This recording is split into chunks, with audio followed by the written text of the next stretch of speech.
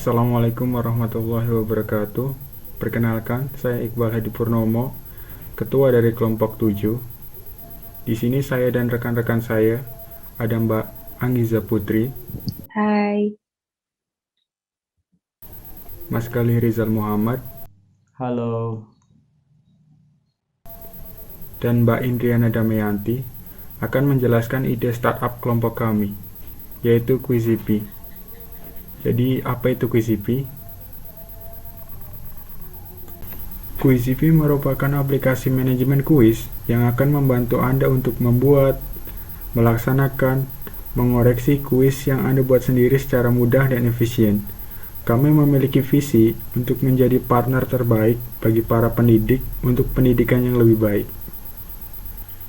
Quizipi ini mulai berdiri pada awal Mei tahun 2020 dan sampai sekarang masih dalam tahap pembangunan untuk fitur-fitur yang bersifat offline. Masalah. Jadi ide ini bermula sekitar 1 tahun yang lalu, saat pandemi pertama kali menyerang Indonesia, di mana kami, para pelajar, harus melaksanakan kegiatan belajar mengajar secara daring atau virtual, tak terkecuali untuk mengerjakan ujian. Mengerjakan ujian secara daring itu tidaklah mudah, terlebih jika ujian itu dilaksanakan secara online dan dengan waktu yang terbatas. Banyak faktor-faktor yang menghambat untuk mengerjakan ujian tersebut. Salah satunya adalah faktor jaringan yang error, di mana salah satu akibatnya adalah bisa sampai tidak mengumpulkan ujian tersebut karena kehabisan waktu. Dari masalah yang kelihatannya kecil tapi cukup mengganggu tersebut, ide Quizipi muncul untuk membuat platform pengerjaan dan pembuatan soal ujian secara mudah dan efisien dengan mengedepankan kenyamanan dan keamanan pada saat mengerjakan ujian. Fokus kami adalah untuk menangani masalah-masalah yang muncul ketika mengerjakan ujian secara online dengan membuat platform pengerjaan ujian secara offline tetapi tetap tersinkronisasi dengan baik untuk meminimalisir tindakan kecurangan. Terima kasih Mas Iqbal Hadi atas waktunya. Di sini saya akan menjelaskan tentang validasi market. Validasi market merupakan suatu proses untuk meyakinkan bahwa produk yang dihasilkan seorang pengusaha dapat diterima pasar. Untuk melakukan validasi market, terdapat beberapa tahapan. Yang pertama, validasi masalah ditemui. Yang kedua, validasi pasar tempat menjual produk. Yang ketiga, validasi produk yang dibuat. Dan yang keempat, validasi kesediaan konsumen untuk membeli. Tim QSIP telah melakukan validasi market, yakni dengan melakukan riset melalui Google Form. Hasilnya, untuk validasi masalah yang ditemui adalah transformasi teknologi di bidang pendidikan, dengan maraknya kurangnya pemahaman siswa dalam proses pembelajaran. Untuk validasi pasar tempat menjual produk adalah bidang pendidikan. Contohnya ada guru, dosen, mahasiswa, dan masih banyak lagi. Untuk validasi produk yang dibuat adalah website kurs online. Telah dilakukan riset terhadap tenaga pendidikan dan 70% sangat terbantu dengan adanya kurs online ini. Lalu untuk validasi kesediaan konsumen untuk membeli. Konsumen bersedia dan memberikan beberapa saran. Yang pertama, kuis mudah diakses. Yang kedua, kuis menarik. Dan ketiga, terdapat penjelasan jika salah jawab. Dan yang terakhir adalah kuis tebak-tebakan. Berikut ini merupakan chart dalam Google Form. Hasilnya, ada pernyataan, jika ada website kuis online, apakah sangat membantu proses pengajaran? Hasilnya, 75% sangat setuju dan 25% setuju. Berikut ini adalah biodata narasumber. Di sini terdapat 4 narasumber dari berbagai profesi, ada guru, mahasiswa, dan siswa. dari beberapa daerah atau dari beberapa instansi. Selanjutnya untuk market size.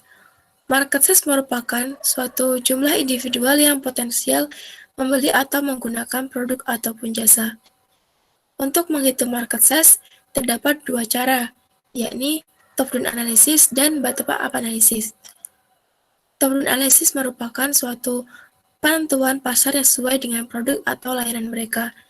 Sedangkan bottom-up analysis merupakan penetapan market size. Top-down analysis. Untuk perhitungannya, di sini terdapat jumlah penduduk Indonesia 270,20 juta pengguna, sedangkan jumlah tenaga kependidikan adalah 14,14% dan pemanfaatan teknologi dalam pengajaran adalah 81%. Jika dihitung top-down analisisnya, sekitar 26,2 juta pengguna. Untuk bottom-up analysis. Bottom-up analysis ini akan dijelaskan oleh Mas Kelly.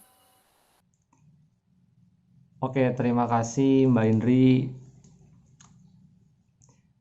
Jadi di sini saya akan menjelaskan mengenai bottom-up analysis.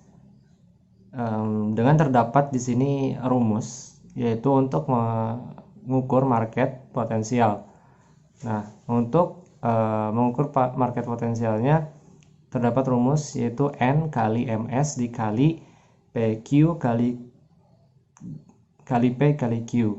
Nah, dengan keterangan N itu adalah total dari konsumen potensial, kemudian MS yaitu market share dari konsumen potensial, kemudian P rata-rata harga jual, dan Q itu rata-rata konsumsi produk atau pembelian produk dalam setahun. Nah, di sini berikut analisis untuk QZP ya, pada QZP itu bottom up-nya. Nah, yang pertama ada perhitungan market size.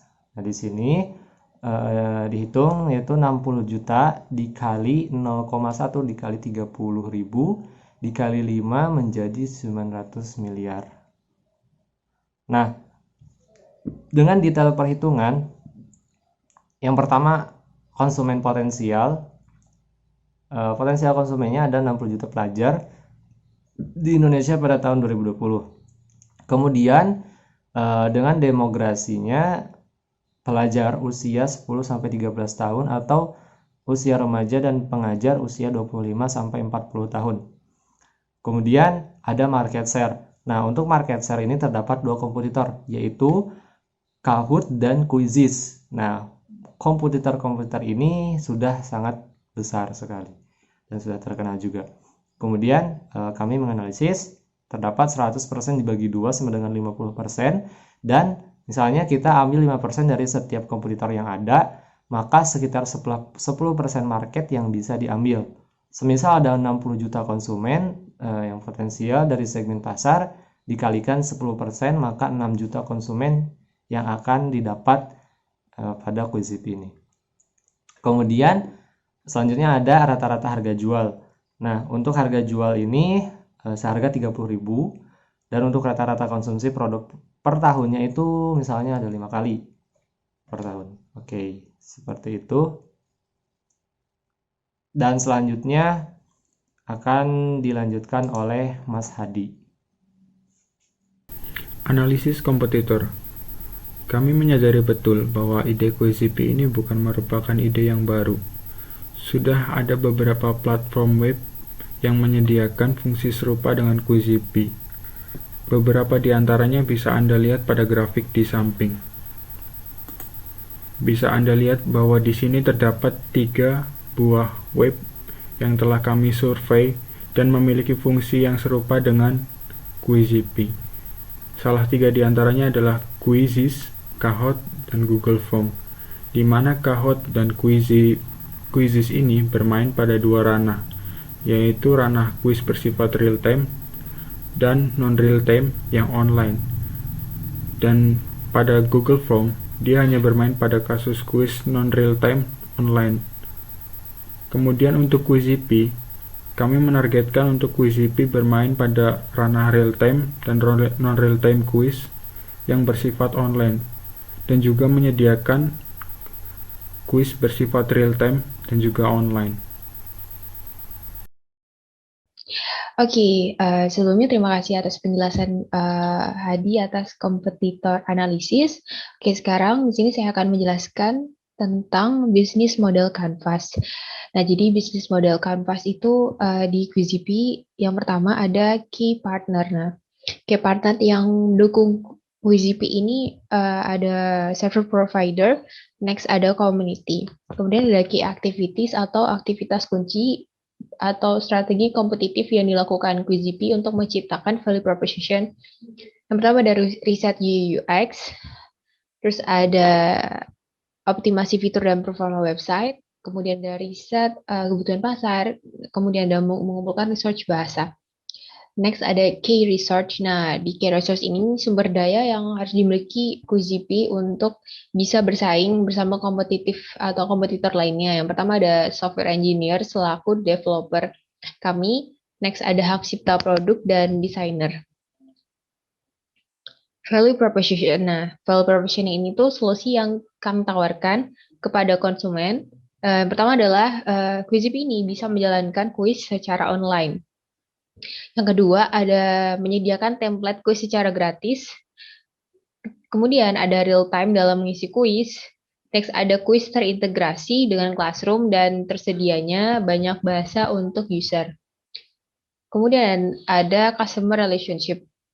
Customer relationship ini gimana sih cara QZP ini bisa berinteraksi kepada konsumen agar tetap bisa menjaga loyalitas dari konsumen. Yang pertama ada fitur achievement bagi siswa. Terus kemudian ada fitur redeem point dengan hadiah menarik. Jadi kalau udah siswa dapat achievement, mereka bakal dapat poin yang bisa ditukarkan dengan hadiah menarik. Next ada join komunitas berdasarkan kategori kuis. Next ada fitur survei per pekan dan terakhir ada blog. Kemudian ada customer segment. Nah, siapa sih konsumen utama kami, yaitu sebenarnya stakeholder bidang pendidikan ya, terutama guru dan siswa. Mungkin kedepannya kita bisa dari kami bisa melakukan improvement ke arah jenjang lebih tinggi, yaitu perguruan tinggi, bisa mahasiswa ataupun dosen, atau bisa go internasional ya. Next ada cost structure. Nah, di cost structure ini faktor-faktor yang membentuk biaya yang harus kami keluarkan. Pertama tentunya ada biaya tenaga kerja, kemudian ada biaya marketing, next ada biaya server dan domain, dan biaya riset. Revenue stream, bagaimana cara bisnis kami menghasilkan uang dari value yang ditawarkan. Yang pertama ada iklan, yang kedua ada user premium, dan yang ketiga ada affiliate link. Mungkin itu saja penjelasan dari bisnis model Canvas. Oke, next saya akan menjelaskan lagi tentang dampak sosial dari QZP. Nah, dampak yang pertama ini yaitu adalah local communities. Jadi itu membangun kemitraan di bidang pendidikan dengan tujuan untuk mengasah kemampuan dan pengetahuan melalui kuis. Yang kedua ada government. Nah, di sini tuh kami mempermudah untuk melaksanakan kuis karena kuis ini bersifat online atau real time. Next ada kuis bersifat interaktif. Kemudian ada kuis memiliki fitur summary. Jadi sehingga tuh mempermudah dalam pemilihan pemenang dan rekapitulasi.